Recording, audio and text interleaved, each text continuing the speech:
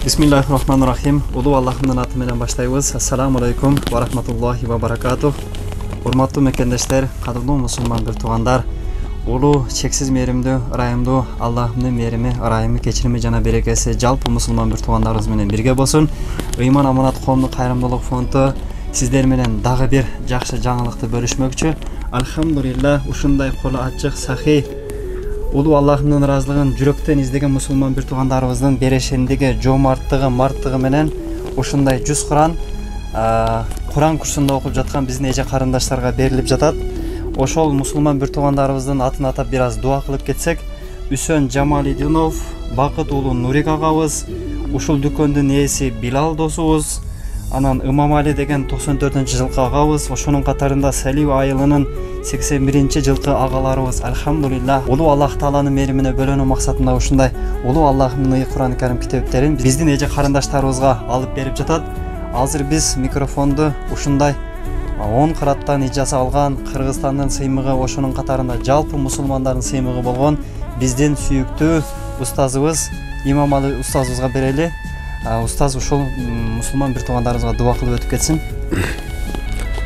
Бисмиллахир-рахманир-рахим. Алхамдулиллахи rabbil alamin ва салату ва саламу аля ашрафил мурсалин саййидина Мухаммад ва аля алихи ва асхаби ажмаин.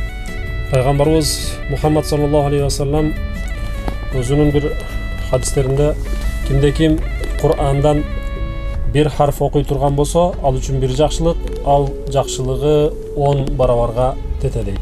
Албетте мен алиф лам мим бир тамга деп айтпаймын. Анткени ал жерде алиф бир тамга, лам бир тамга, мим өзүнчө бир тамга. Кимде-ким алиф лам мим деп окуй турган болсо, ал 30 жакшылыкка жетет. Мына ошондой бир улуу